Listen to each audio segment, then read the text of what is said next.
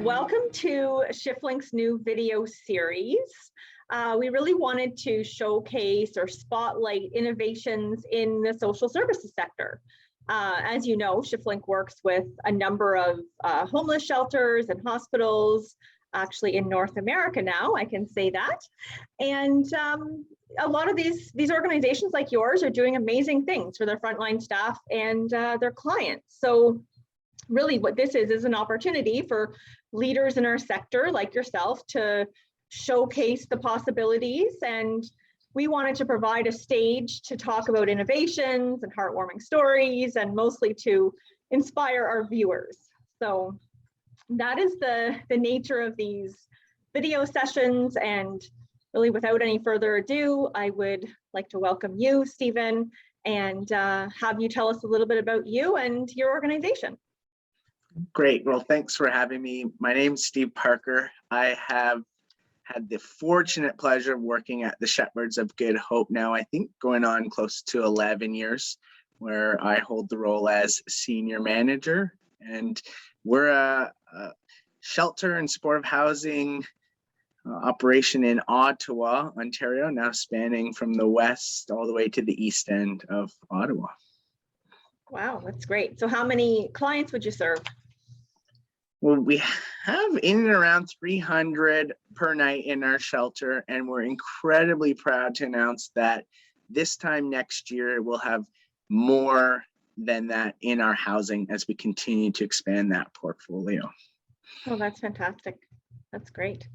Can you tell me about a challenging event or an experience that you faced over the last 11 years and how you overcame it? Sure. It seems like every time we have a new challenging event, we stop and we think, okay, there's nothing else that could be more challenging than this. But then the cycle seems to repeat itself a little bit later on. We certainly I think we can all appreciate that. You know, I think back to just how the drug supply has evolved from crack cocaine and what that looked like back then. And then we saw fentanyl. Now we've seen COVID. And each time it's just like, okay, this can't become any more challenging. And so in response, and I would say this is true, is that you can't provide anything human service related without health. And I think unequivocally, we're going to see a large shift to community care in the next while. And so what we're really fortunate to have had already embedded in our programs is health care providers deeply embedded into community care. And that, I would argue, has been extremely beneficial into overcoming each of the challenges. When you have really good partnerships working together from the social services and the health in the community, being able to address whatever challenges, because we fortunately can't usually predict them very well until they already happen, but that's usually how it goes. Yeah, exactly. You know, I think, you know, at Shepherds of Good Hope does a really good job of broadcasting some of the great things that you do as an organization, and just your reference to the fentanyl crisis and just how you've adapted and you know, built the whole concept of the trailer and how that can help people in ways that are just so necessary. And I think that's an innovation in itself. Again, if you can expand a little bit about the trailer, I just think that it's awesome that's being done. And I think it's just something that can lead the way to so many other shelters that maybe don't have the ability to do that. One of the things that I think is really important is providing services that are needed of the clients and not vice versa, where you build something and make people kind of fit into that. And so being able to adapt and transform based on the community's needs is, I think, why we exist and why we work together. And so it can be controversial, or it can be inquisitorial in terms of providing maybe alcohol in a managed alcohol context, or providing supervision of intravenous drug use, but it's under a harm reduction lens and ultimately making things safer for individuals and the community. Yeah, exactly. Yeah, that's fantastic. The next question I have is really around the pandemic. And did you face any sort of new challenges, like you mentioned already? The pandemic in itself is a challenge, but specifically related to the pandemic, or how did your services change? How did you take that opportunity to improve services for your clientele? Well, I go back to early on in the pandemic, and while most places were having to shut down, we weren't able to do that. You can't shut down housing, you can't now shut down a shelter. And so we remained open. We never closed for 1 minute throughout. And the only reason we were able to adapt and respond was because of the staff on the front lines. They have and they continue to keep showing up every day under challenging, stressful circumstances, and basically a sense of duty. And we were not going to abandon anyone. And so it's really to the staff team. And as a result, I would also suggest that the response in Ottawa has been phenomenal in all things considered. The entire sector, the partners, the key stakeholders from the municipal government, all came and worked together. And I know we always strive to do this outside of global pandemics, but things can get busy. But really proud of how things genuinely came together and we all worked together collectively. Yeah, it's amazing when you're sort of, I don't want to say are forced to do it, but in a way it's like you have no other option but to really invest with your other partners in the community and put your heads together and find solutions, and in a time of crisis. So yeah, that's great. Right. What inspired you to get into this career in the first place? What keeps you here and in all of your work in at the Shepherds of Good Hope or other places? And can you share any kind of cool stories or anything that's remarkable that'll stay with you forever? Right. Well, I knew early on I wanted a career that was meaningful to me, that gave some vitality and not just going in, punching the clock or what have you. So I think we're all faced with this concern about what we want to be when we grow up, probably until we retire. But I knew that doing something that gave impact and gave back to the community was important to me.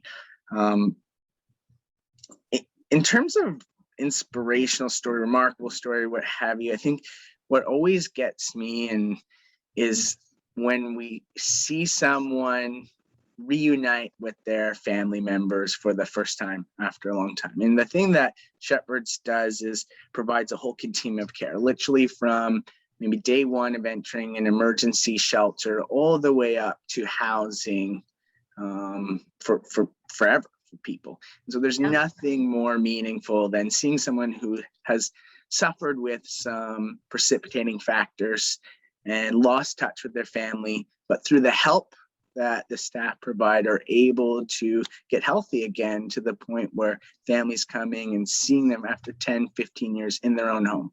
Nothing more. That's what keeps us coming back. Yeah, that's incredible. That's awesome. Switching gears over to something maybe not so heartwarming. Make sure I don't get too teary-eyed in this video session. Shiftling's obviously technology service provider. So we have seen, like, over the course of the last 4 or 5 years and working in this sector, that there isn't a lot of technology that's being used in social service environments, or it's minimal, or it's maybe an older platform. And I just wondered if you could speak to that a little bit. Do you see that in your industry? Is there a need for more technology? And if there is an innovation that you think could help, what would it be? Yeah, I would agree with you. I would say that we're probably 10 years plus behind in our sector as it relates to technology. And so the print paper and write on it with a pencil and highlighter is not so foreign to many of us as our method. And so if I had to narrow it down into kind of one aspect where technology could be really helpful, it's just surrounding automation. more automation, and specifically around case notes and documentation. I think we've seen the social services rightfully just require much more documentation about client interactions, etc. But when you spend 15 minutes meeting with someone and then 25 to 30 documenting that conversation afterwards, you do the math quickly, and that eats into a large percentage of your day. And not you could do 2 more client visits.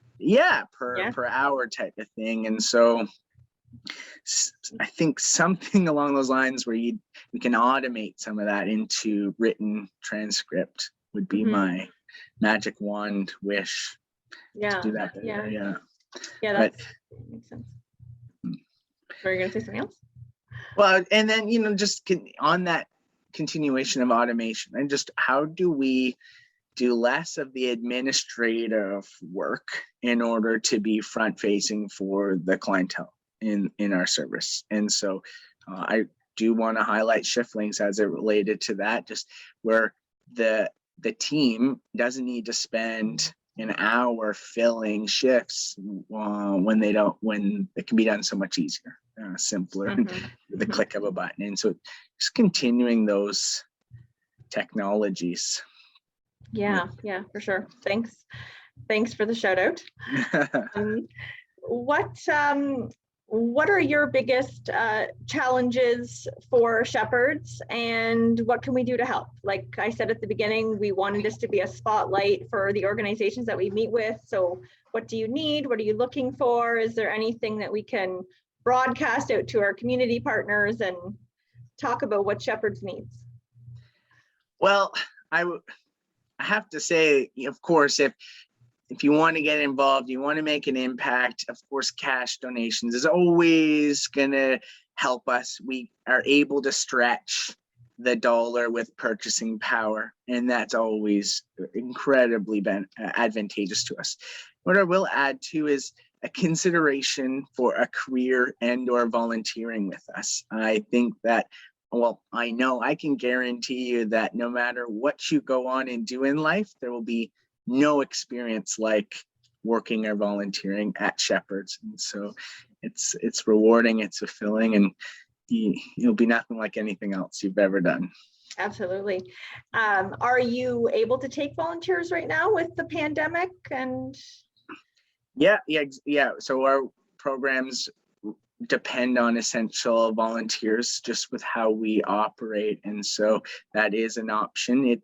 There is not all of the roles that we would like outside of a pandemic available, but right now those essential operational requirements are available. Sure. Okay.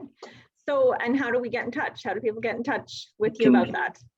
You can visit our website at sghottawa.com, and all the information's there, just with a couple clicks on the links. Okay, that's awesome. We will make sure that we post that as well in our link when we run this video. And I really appreciate you taking the time, and hope that you enjoyed this little video interview segment, and hopefully we can do this again. Let's do it. Thank you. Okay. Thanks so much.